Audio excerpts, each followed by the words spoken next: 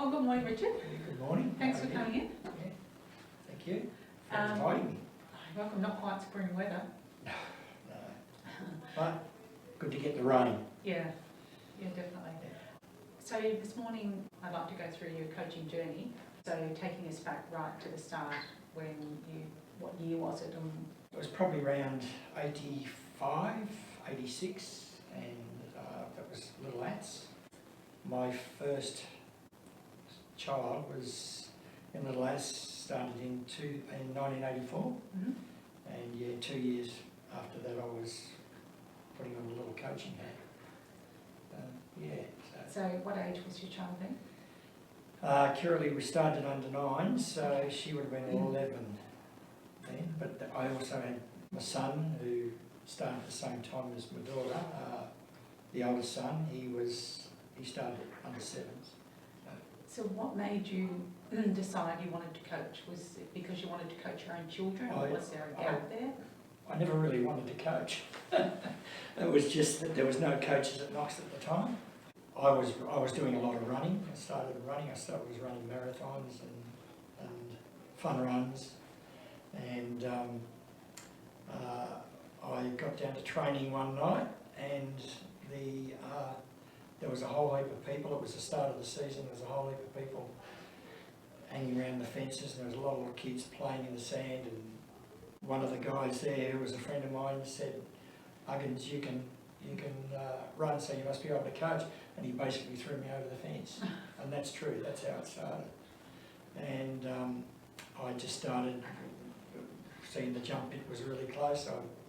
I started putting kids through the drills of long jump. It was all this, off you go. Oh, great jump, pat on the head. That was really good, Tommy, off you go, next one. It just started like that. And then I started doing some sprint training but I never knew what I was doing anyway. Probably a year into that, I decided to go and get some learning skills, and that's when I went and did my first level 1, which was a combination of every event back then. So yeah, all the disciplines and or all the disciplines that were involved in the last, basically. Yeah, so that's how I started. So that was back then through the Australian Track and Field Coaching Association. You did it was, that course, yeah. And you actually did some facilitation for them at some stage as well, didn't you? I still do, actually. When I say they don't do it now, but I still do. They did what I believe is their last coaching stint with Little Ats, which was a fantastic gig. Always at the AIS in Canberra, and it was the cream of the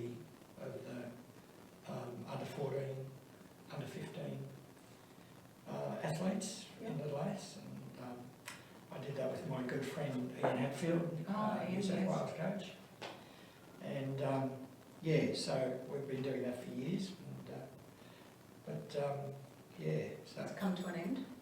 I don't know. It's come to an end as far as the joining goes, but whether they still have that camp. The Little Ats people don't know themselves whether that camp's going to go. If it does go, it'll be probably run by Athletics Australia, and it'll be a similar sort of thing. So I think I did a course. You ran one of the courses up in my earlier. Did I really? I think my earliest coaching course. Okay. Yeah. Where was that? That was at Knox. Okay, yeah, geez. Both Jack and I come up and you were taking the course. Yeah, how'd I go? You were great. Thanks. Actually, you were really good, Richard. Definitely a mentor of mine over the years, that's for sure. So you just actually fell into coaching, sounds like. I really fell into it. Literally. I never really wanted I had no idea of what it was all about. So, like I said, I was a runner. And how many marathons? I believe you ran quite a few marathons. 33. 33. Yeah. I actually ran 35, didn't finish 2. Which ones did you run? I've ran Melbourne marathons. I think it was up to 9 of those, 8 or 9 of those. I ran a lot of the country marathons. I run the South Melbourne Marathon, Chinnoy marathons, and it was all mainly local. Yeah. I ran a marathon in Sydney, the Blacktown Marathon I think it was called. I ran a couple of Gold Coasts, quite a few Canberra marathons, and I ran Berlin in '83, and that was the cream of the marathon. I also ran a New Zealand marathon, Rotorua Marathon, which was pretty smelly all the way around. So. And Berlin, was that your fastest, or your PB? No, it was one of the slowest. Was it? Yeah, it was. I just couldn't get moving. It was just too many people. And you went up there with the Motters or anything like that. Motter actually won it the year before. He didn't run it the year I ran it.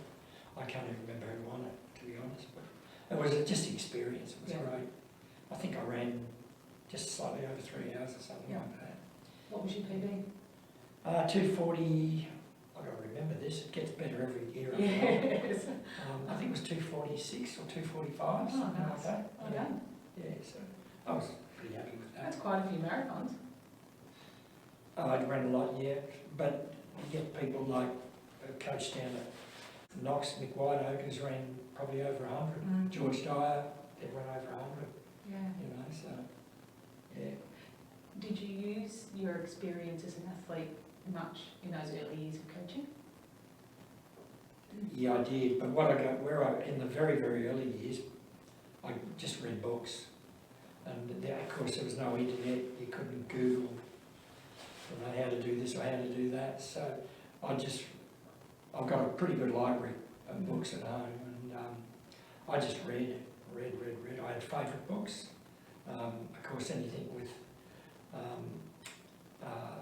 Peter Coe or Harry Wilson, Steve Yvette's coach, Bill Bowman, I think Bill Bowman, from anything that was, from overseas, I'd be reading. And I just read so many books. Probably confused myself a bit in the early days, but yeah. And what one struck most with you and you used in your philosophy going forward? Oh, probably the multi-tier training with that Co had. He developed with a guy by the name of Frank Horwell. Frank Horwell I read just about everything he ever wrote. He was, he had a lot to do with Co and a lot to do with coaching. I think he was head coach or head of coaching in England for quite a few years. And he was also one of the instigators of the BMC, the British Milers Club, which I used to, anything they put out I'd read. So Athletics Weekly. I'd always get Pam's old copies, Pam Turney's old copies, and rush through them. So who in Australia was your mentor as a coach? Oh, Pam Turney, Tommy Kelly. Tom Kelly very, very much, Pam Turney very much. I've had a few mentors. Nick Beddoes was a mentor back with when Jeff Risley and Carla McKnight were working with him. And whether you're a lover of Nick or a hater of Nick, he certainly put the score on the board. And he taught me a fair bit. So what did he teach you? One of his favourite terms, you've got to get the athletes fit. And that was probably the most important thing that used to stick in my head, is getting them fit and, getting them as fit as possible. You do that, through a lot of aerobic training. But I'd say his training doesn't stay the same all the time. It's a little bit like everyone's. It varies a little bit as certain things happen. I was just talking to Adam Denny the other day, and he's looking at changing his actual format of training. I think he's got a very good format now. He's producing athletes left, right and centre in South Australia and all around Australia. He's got athletes under his wing. But he's another guy that's just always, as most coaches, always wanting to learn. You just can't learn enough. What about Pam? What was the main point of her coaching that you took and put into your recipe? If she thought I was doing something wrong, she'd tell you straight down the line. And I loved it with her. you know.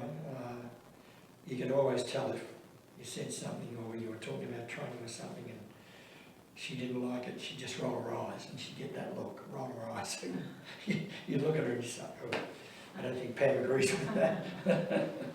But she was fantastic. Tommy Kelly was great. The beauty of Tommy Kelly was he was open to all things, all ideas, and you know, if I sort of ever criticise an athlete for maybe doing this or doing that, and it might be just a gentle comment, you know, Tom would say, "Oh, Richie, I think that's all right." I said, "You know, I don't think there's much wrong with that." And, you know, it'd make you think again, and Yeah. you know, you'd sort of put it into perspective. So yes, he was very good. I mean, you've got your guys today that I really, they're friends. You get your Scrugos and your Peter Fortunes, Yeah. you know, and you know, you learn off them. Everyone learns off each other, Yes. basically. During those years you were at Knox, it was really a powerhouse club, wasn't it? It wasn't when I first went there. It was the women's were powerhouse, and that was Pam. Pam had an absolutely fantastic group of girls, and I think her girls still hold. I'm not sure, but I think they still hold the 4x800 national record. I could be wrong saying that, but I know they had it for many, many years. But she had a very, very strong group, and that's another mentor actually is Trevor Vincent. And the reason is the same reason with Pam. I saw that group of girls that Pam had, and then you go down to Glen Huntley, or you'd look at Glen Huntley on Interclub or something like that, and you'd see these great runners, and you'd look at the athletes that were with Glen Huntley, and I said, well, I'd like Knox to build up like that, and that's basically how it kicked off. And I was very lucky to just gradually get a stronger and stronger and stronger group. And by round before 2000, Hayley McGregor, who's now Hayley Field, came down, and there was another boy, Brett Edwards, who was a very, very good athlete. I think he actually made World Juniors, I can't remember, in 90, maybe 96, 98, sorry. And then I had that great group with, that Jeff was part of, and Kayla. Kayla came a little bit later, even though I did coach her before, because I coached her right through Little Ass up till under 16, then she had a break of 2 years. Yep. And then she came back and said, I'd like to run, I'd like to qualify for, so she had a goal, she said, I'd like to qualify for World Unis. They were in Serbia at the time. She certainly set a mark and did it. But within that group, with Jeff, there was the two Duncan girls. You had Sam Crowther, Kane Willie, Alan Craigie, who was Kevin Craigie's brother, at Gibney.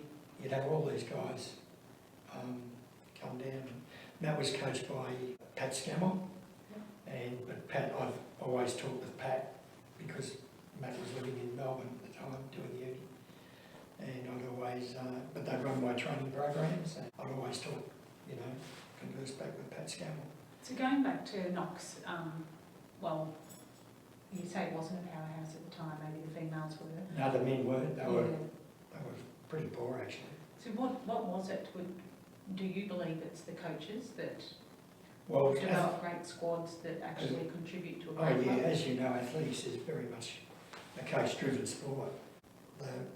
Being that is, you know, just gradually getting athletes from, I got a lot from Little Ass that were coming in, so I had a very good reputation at the time, or arrangement with Little Ass, because I was a coaching coordinator with them. I was doing the JDS squad.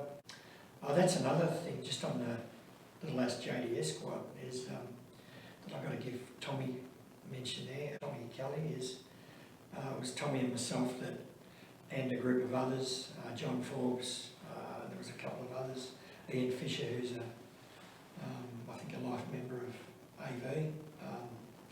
There was a whole group of us, of about 6 of us, I think, that actually kicked off the JDS. We started that in Little Ass in, I think it was about 1993, 1994. Yep. So we're getting back to Knox and building up that group. I'm just lucky enough to get athletes down, and having those attractive athletes sort of brought other athletes into the group, Yeah. and which is exactly what happens now. Yeah, we managed to get a very, very, very strong. Yeah, it was a big club too, ended up being quite a big Yeah, club. yeah. It's very much a coach-driven sport. It is, yeah, absolutely. So thinking about clubs and club structure, it's really important for them to get that coaching structure right, isn't it? It is, yeah. And It's a little bit harder for Knox now because we've got Casey, and that was all. I used to get a lot of kids down through Dandenong and Casey, and Dandenong Seniors actually closed down, didn't operate, and I managed to pick up quite a few from Dandenong, and so and that those new suburbs out there, and so it was probably a little bit easier. Yeah. It's a little bit like anyone, like Peter Burke, for example, has got, that massive big area now around Werribee. Yeah. Like that's, if you can get in an area like that, it's good. But Knox is still a fairly strong club. Mm. I've always coached athletes from other clubs too. I've never minded about, if someone wants to. In fact, I used to, if they wanted to come to Knox, fantastic, but I liked them representing their own club, because that, at the time when Knox was strong, it possibly was maybe weakening other clubs a little bit, because those guys were into running with Knox, especially ones out of Little Ass. And I know it affected a club like Oakley, for example, at the time, because I had quite a few Oakley athletes. But I'd always say, look, no, you don't have to join Knox. You stay with your club. Yeah. And the club, I must admit, Knox were very good. They accepted that from me. Probably if they didn't, I would have left the club, because I didn't want to damage other clubs within AV. Yeah. So who was coaching at the club at that time, apart from you? Who else was Distance. there? Probably just me. Yeah. Now well, there was Pam, of course, with the women. But What about the structure of the club? there at was that a time? sprint club, there was a sprint coach. Dave Summers was there. Oh, yeah. He was coaching sprints, Yep. 400s, but I was the only distance coach. Although Dave did dabble in up to 800s. Yeah. So, yeah. Yeah, he did. What was the structure of the club like at that point? It's pretty good. It was good, very good. Very supportive back then. When I first started, the women had quite a lot of money. They built it up from running bingo, and they used to run bingo, and they'd share it between Waverley and Knox. But that's when it was Knox Women's and Knox Men. Yep. And the women, and I'm going right back to maybe the early 90s, when they said, oh look, we'd like to send our athletes to get tested up at the AIS. So we took a group of girls up to the AIS and had them tested. They had they had a lot of money, I think. Back then it cost them something like $8,000, $10,000 to do that. And it was, All through the bingo? all through bingo. Yeah. But then when the clubs combined, they kept bingo going for a while, and then it stopped. But we had brilliant officials, like Beth Fires, life members, Yeah. like Beth Fires and A lot of people volunteering Yeah. at the time. yeah. The structure was very good, and mainly come out of the women's, and then it flowed into the men's. So Jeff Warren was a very solid Knox guy. He actually was one of the people that formed the Knox Club. So yeah. It sounds like at the time I thought it was quite a social club too. Yeah, we were very social. We, had Christmas parties, and we'd have barbecues and get-togethers. We used to have breakfast runs. Yeah. Sunday morning breakfast run where we'd go to Churchill Park, for example, and I'd go down to the supermarket and buy a heap of different types of cereal, and we'd have breakfast, you know, cardboard, plastic plates, and we'd have breakfast. So yeah, it was very social. All the guys used to get on well together, and but they'd get on well with guys from other clubs too. You know, like the Box Hill boys, and they'd get on well with just about everybody back then. Police Paddock's become really quite an infamous place to train, didn't it, during that time? Yeah. A lot of people would travel to come and train there with the group, and yeah. Well, we were training in Churchill Park, and we had an issue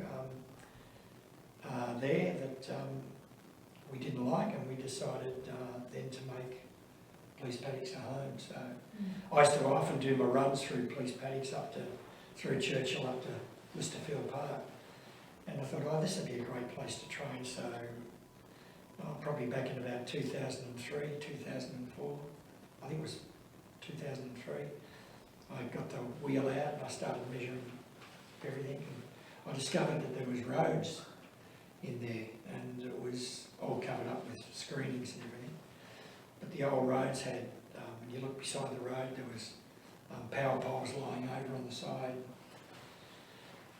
Anyway, then I had a look at the Melways, and the Melway shows all stretched through it. And apparently it was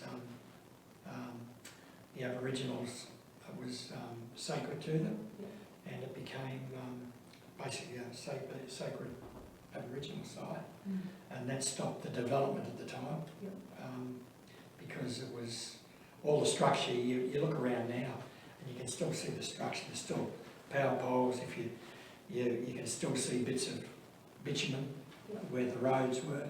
So it was all going to be divided up and become housing.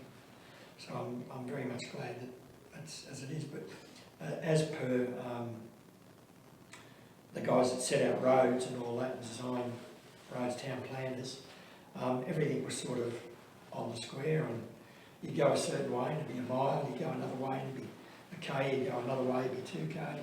So everything just sort of matched up, and it became just an ideal place to train.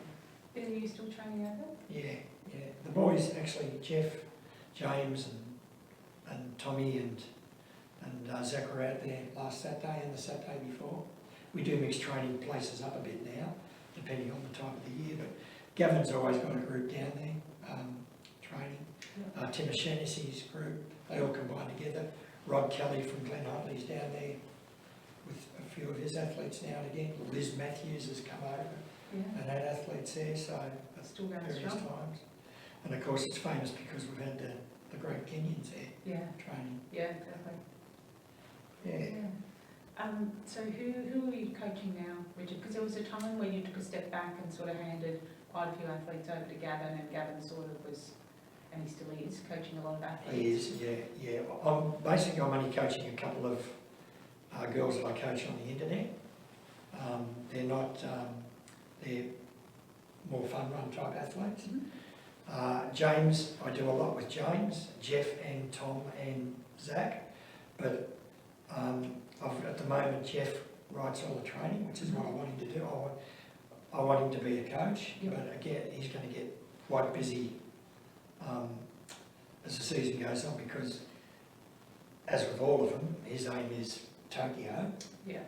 He's going to have another crack. He's in the best aerobic condition I've seen him in since about 2011. For this time of the year, he's done a full winter season with AV that he hasn't done since about 2008. So basically what I do, I just call myself an advisor. I advise them. I look at Jeff's training program, what he's written up, and do that, that's all right, or maybe you should change this, or maybe we should do that. So I just work it like that now. You're mentoring Jeff as a coach? I've always been Jeff's mentor. So, and that's even when he was with Nick. And but yeah, I just advise, on training. I go down, I help him out with training. You can call me a coach, but I call myself more. And there's quite a lot of as athletes get older, they tend to know what they've got to do, and these guys know what they're doing. You know, it's just they're all doing slightly different things. Jeff and James are more concentrating on 1500s, and then of course you've got Tom who's stepping up to 5k, and Zach's going to be probably more 5k this year. So yeah, but no, it's that's a deliberate thing because of family things. I've got a beautiful wife. I don't think my wife would mind me saying this, but she's been through some bouts of depression over the years. She's very good now. It's all to do with medication. I've got 7 of the best grandkids in the world, and the grandkids certainly keep me going, and it's just another phase of life. Yeah. I'm still very involved in athletics, but it's more so with those guys. I still rock up to training, not every night, but quite a lot, and see the athletes Gav's got under his belt and how he's going. And I've probably been a mentor very much to Gavin. Yeah, so, and he's a very, very good friend also. Yes, and always had a good relationship. Yeah. And I guess that's the key for you. You've formed a lot of great relationships over the years, haven't you? A lot of different. I think it's just my nature. I'm not the sort of bloke who gets cranky and crabby and bitchy, and I've been like that within business, and also a lot of the things you learn in business, you can actually put into athletics. And so, yeah, absolutely. So, looking at some of your elite athletes over the years, I think we'll take a break and then come back and talk about your elite athletes, your journey there. Yep. Yeah.